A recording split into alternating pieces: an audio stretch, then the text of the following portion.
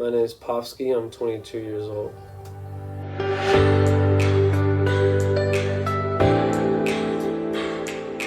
Good afternoon. Thank you for joining me. Of course, it's my pleasure. Thanks for having me. Absolutely. So I ask one question to start off our conversation. Mm-hmm. What do you think people's first impression of you is? That's a good question. I think about that often. I think, honestly, that people get good energy off of me and that I'm a positive person and I just kind of bring light into the room when I walk in. That's what I think. So tell me, where are you from?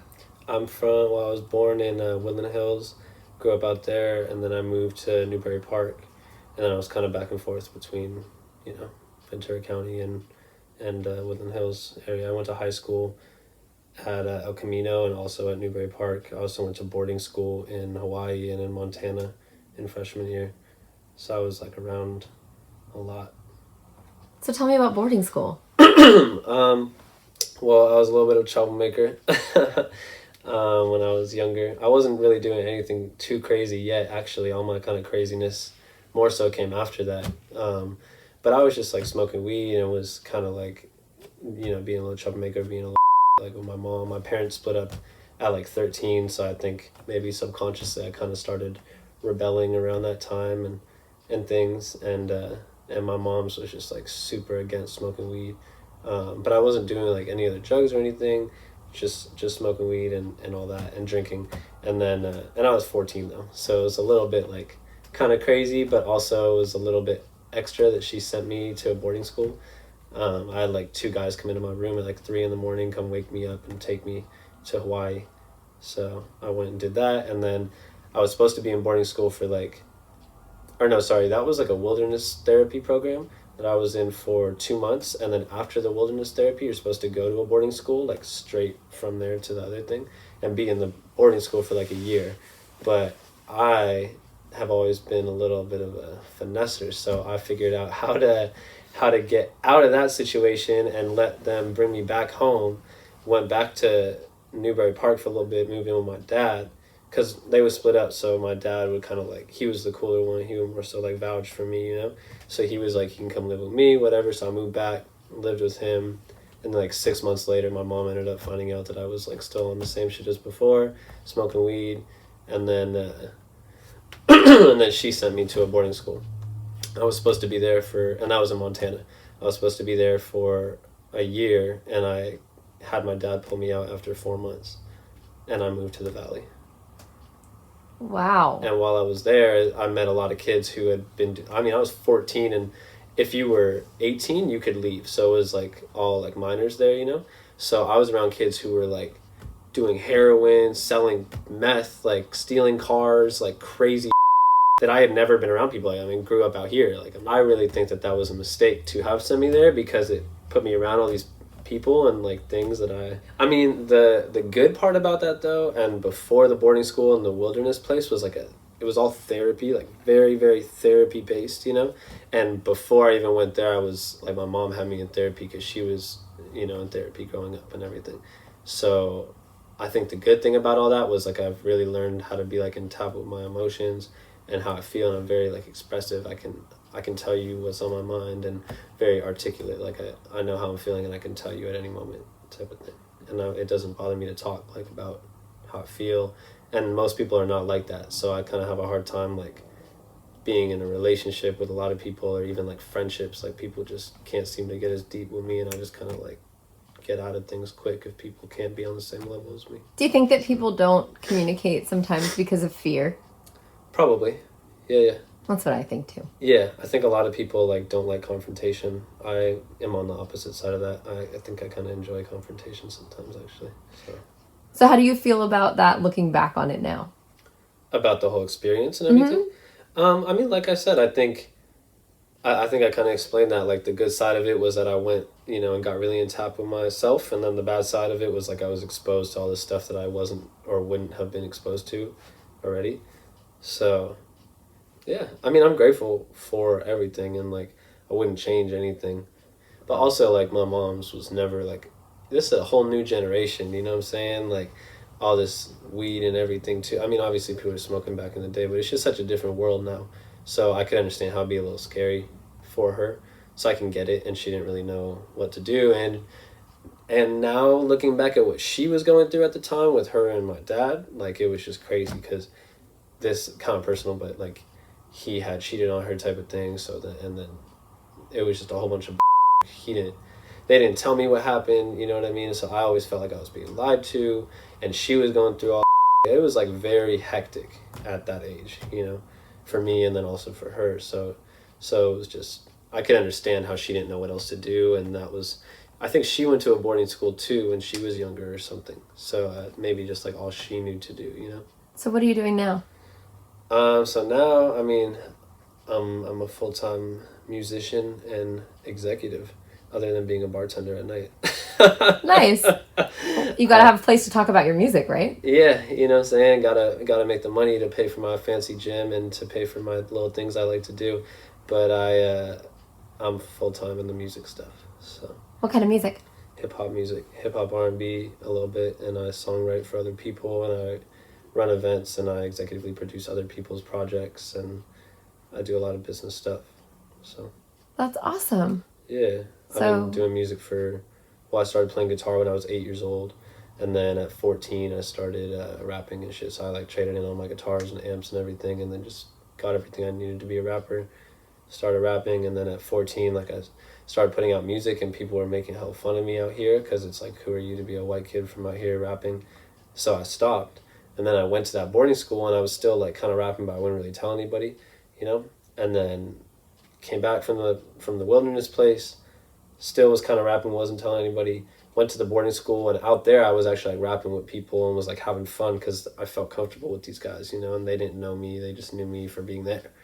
And then I got out the boarding school, went to the valley, and then I started selling weed out there. I met a kid, and then I got expelled from El Camino, and then came back. But this is the part about that whole thing is, when I was in the office for that, the dean and the cop at the school like knew that I have like a future, and they didn't want to put on my record that I got expelled for anything, because they like thought I was a good kid. So I got put on there as like, my mom just pulled me out, and then I got back into Newberry, like, no problem. But kind of towards the end of all that time, I started gaining this little confidence, because I'm selling weed out here, I'm at this new school, I'm feeling like the man, you know? So I rapped for one of my friends, and he was like, why are you not doing this for real? Like, you can rap, you know? At that point, I've been rapping for like 2-3 years, actually. So, but not really showing anyone, though. So I showed one person this one night, and he just inspired me to get back into it. So, and also the second day that I got back to Newberry, this kid wanted to rap battle me. Actually, it was the first day he wanted to rap battle me, because he heard I was coming back, and he see me, he's like, yo, let's rap battle. I was like, nah, not today. Tomorrow we're going to do it. Tell all of your friends, like, get everyone there. We are going to make this as big as we can make it.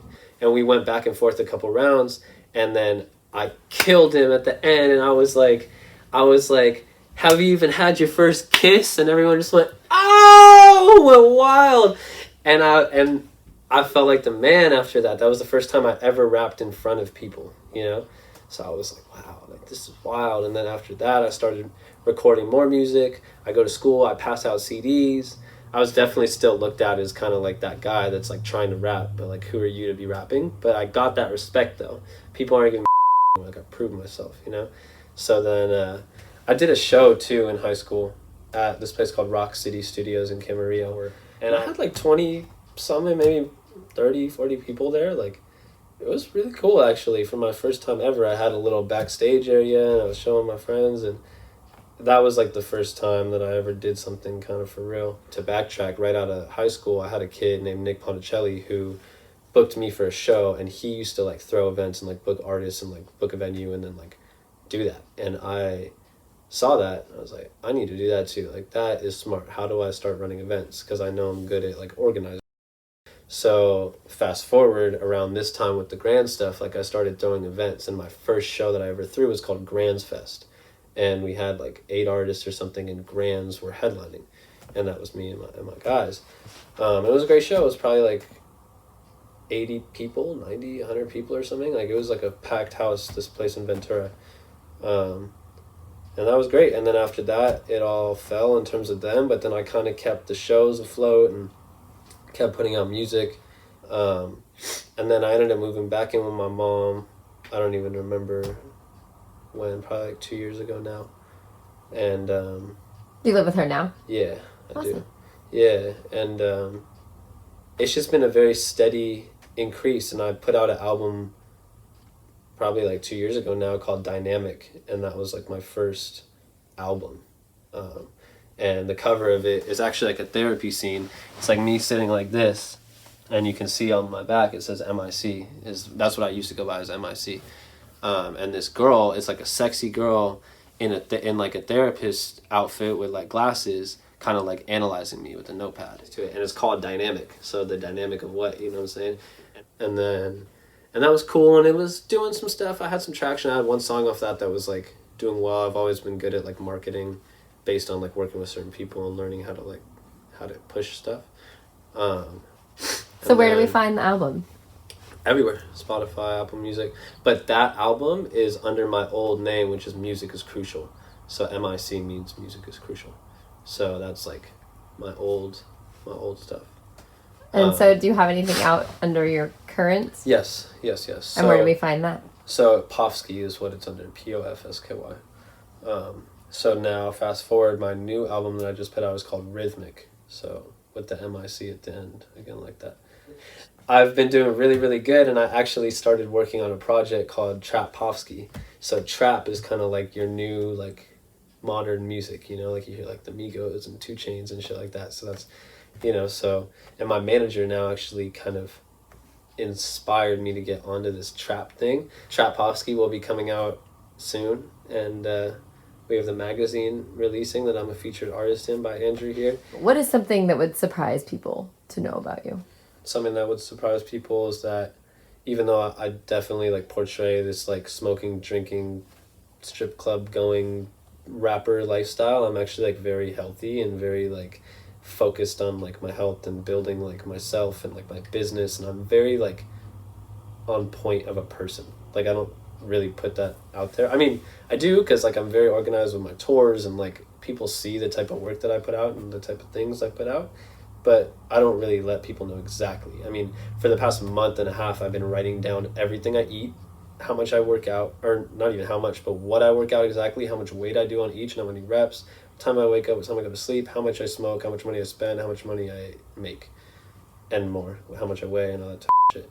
So, I mean, I'm like disciplined as That's a good thing. Yeah, so maybe people wouldn't know that about me, because I just kind of portray like this rapper lifestyle, you know. That's probably, I would guess, maybe accurate. I mean, Yeah. I wouldn't. I never know, one ever knows. Yeah. So last question to close out this fantastic conversation that I have found so interesting. If you were just walking down the street, in and out of work one day, maybe mall, whatever, if you're walking down the street, people walking by, you have the opportunity to hold up a sign and tell them one thing about yourself. What's the one thing that you would want people to know as they walk by? I'm going to be one of the biggest people in the music industry that you'll ever see in your life. Period. Bigger than music too, business. I like it. Well, I hope I hope that you achieve that. I really do. Thanks. Yeah. Appreciate that.